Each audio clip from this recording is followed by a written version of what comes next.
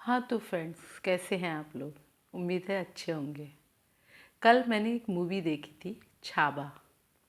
बहुत आजकल उसका बोलबाला है, लोग बोल रहे हैं कि भाई बहुत अच्छी है, तो मैं भी देखने गई। रियली उस मूवी ने मेरे दिल को झकझोर के रख दिया। आखिर इतना अत्याचार हम लोगों ने क्यों सहा है? मैं हिस्ट्री की स्टूडेंट रही हूँ, एमए मैंने हिस्ट्री से किया था। और कल रात को जब मैं मूवी देखकर लौट रही थी तो मुझे मेरे मन में आ रहा था कि हिस्ट्री सब्जेक्ट की पढ़ाई ही बंद कर देनी चाहिए, अदरवाइज उसका सिलेबस चेंज होना चाहिए। क्योंकि जो सिलेबस हमने पढ़ा है वो हम लोग तो जब बच्चे बुद्धि होती है, जैसा बुक्स में लिखा होता है वो हम लोग पढ़ते हैं, रटते हैं और फिर हिस्ट्री को एज इट इज़ एग्ज़ाम में लिख आते हैं।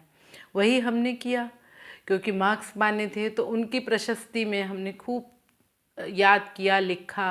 पर मैंने भी मिडिएवल हिस्ट्री से एमए किया है, और मिडिएवल हिस्ट्री में भी मेनली मुग़ल पीरियड ही है। मुग़ल पीरियड के बारे में जब हम पढ़ते थे तो हम उस समय इतना एनालाइज नहीं कर पाते थे कि ये हिंदुओं के साथ क्या कर रहे हैं या मुस्लिम क्या कर रहे हैं। बस उनको रटे रहते थे कि औरंगजेब ने अपने पिता को जेल में डाल दिया और अपने भाइयों की हत्या करके खुद गद्दी पर बैठा था, और रटते रहते थे और जाके एग्जाम में एज इट इज लिख आते थे। क्योंकि हिस्ट्री में तो वैसे भी कोई लॉजिक नहीं चलता कि साइंस की तरह हम अपना ब्रेन का यूज करें, जो कॉपी जो बुक्स में लिखा है वही एज इट इज़ हमें लिख देना है।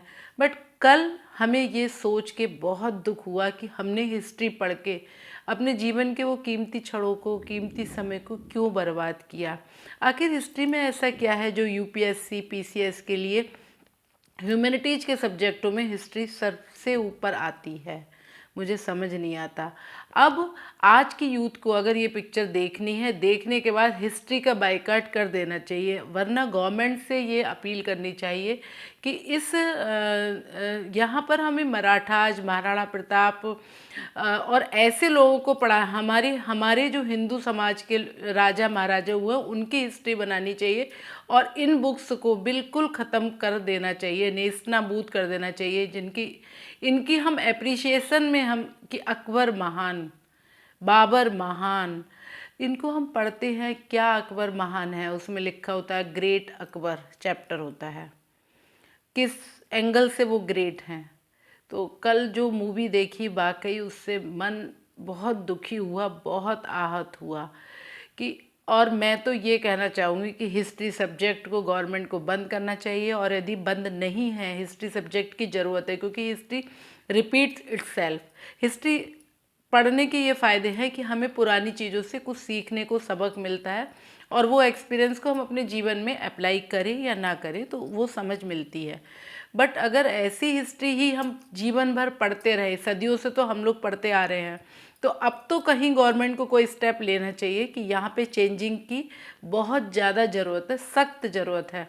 इसके अलावा हम लोग इतना उस जब पढ़ते थे तो औरंगजेब, महान एम्परर औरंगजेब, और ये अकबर, और क्या बोलते हैं, जहांगीर, शाहजहाँ, बाबर, हुमायूं को इतना रिस्पेक्ट के साथ बोलते थे, क्योंकि वो हमारे सम्राट थे, और सम्राट को रिस्पेक्ट देना जायज़ है। पर वो वाकई रिस्पेक्ट के काबिल तो नहीं थे। कल मूवी में देखा, औरंगजेब को बोल रहे थे औरंग, औरंग की सेना। जैसे कि काम वालों होटलों में जो छोटे छोटे बच्चे होते हैं उनको कहते हैं छोटू इधर आ, छोटू उधर आ। वाकई थूकने का मन कर रहा था उस औरंग पर। क्या उस औरंग का कैरेक्टर था! उस कैरेक्टर को हम पढ़ के एग्ज़ाम दे के पास हुए। एमए में मेरी फर्स्ट डिवीज़न आई, तो मुझे अब वो लग रहा है कि मुझे वो डिग्रियों को भी जला के फेंक देना चाहिए। मतलब इतनी हेट सी हो रही है उस मूवी को देख के। आज मतलब मेरा मन बहुत ख़राब रहा।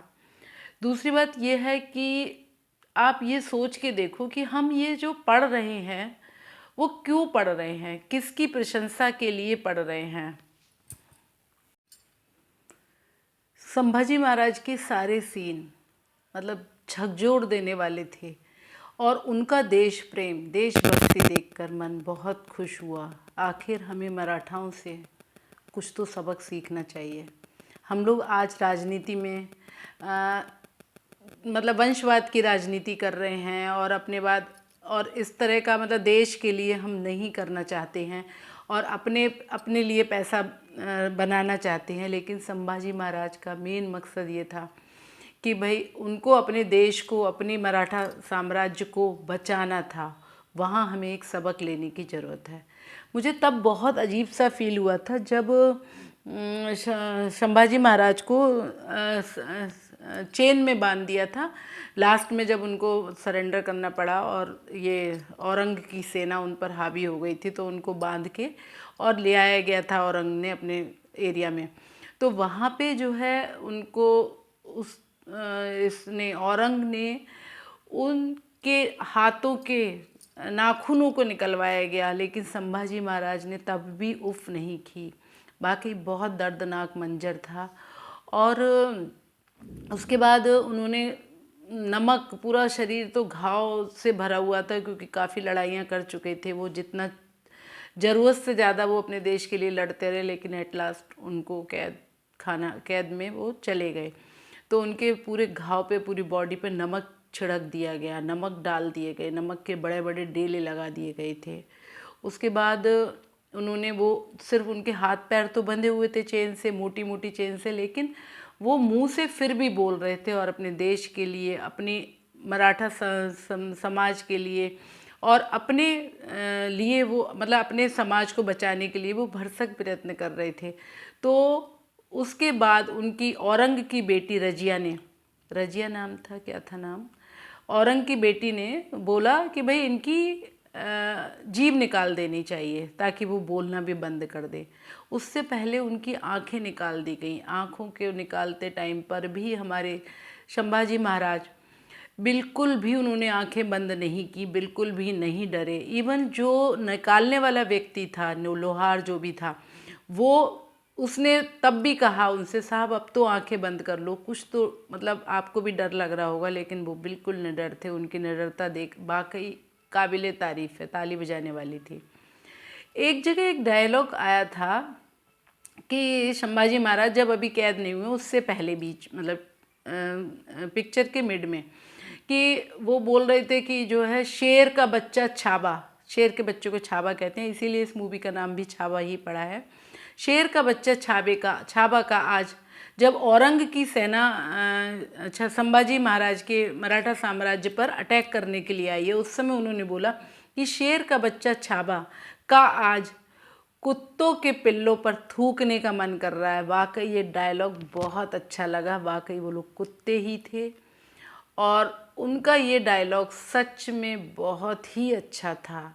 तो तनिक आप सोचें, आप भी एक सच्चे देशभक्त बने और एक हिंदू राष्ट्र की एक अच्छी नींव डाले। मोदी जी के साम्राज्य में, मोदी जी की गवर्नमेंट के टाइम में अब ये हिस्ट्री का पढ़ाना, जो मुग़ल पीरियड है और जो मुस्लिम पीरियड और जो भी हमें हमारे देश के नेताओं के बारे में, हमें हमारे देश के राजनेताओं के बारे में, हमें उन लोगों के बारे में जिन्होंने हमारे देश को आज़ाद करने के लिए बहुत प्रयत्न किया, उन पर हमें किताबें बनानी चाहिए और इन किताबों के बारे में, इन लोगों के बारे में पढ़ाना चाहिए। लेकिन ये बताना चाहिए कि इन्होंने ऐसा गंदा काम किया, ताकि जो यूथ है, आज की जनरेशन जब इसको पढ़े हिस्ट्री को, तो उनके लिए भी ये समझ में आए कि वाकई क्या सच है और क्या गलत है। अभी तक हम जो हिस्ट्री पढ़ रहे हैं वो गलत ही पढ़ रहे हैं। तनिक सोचिए।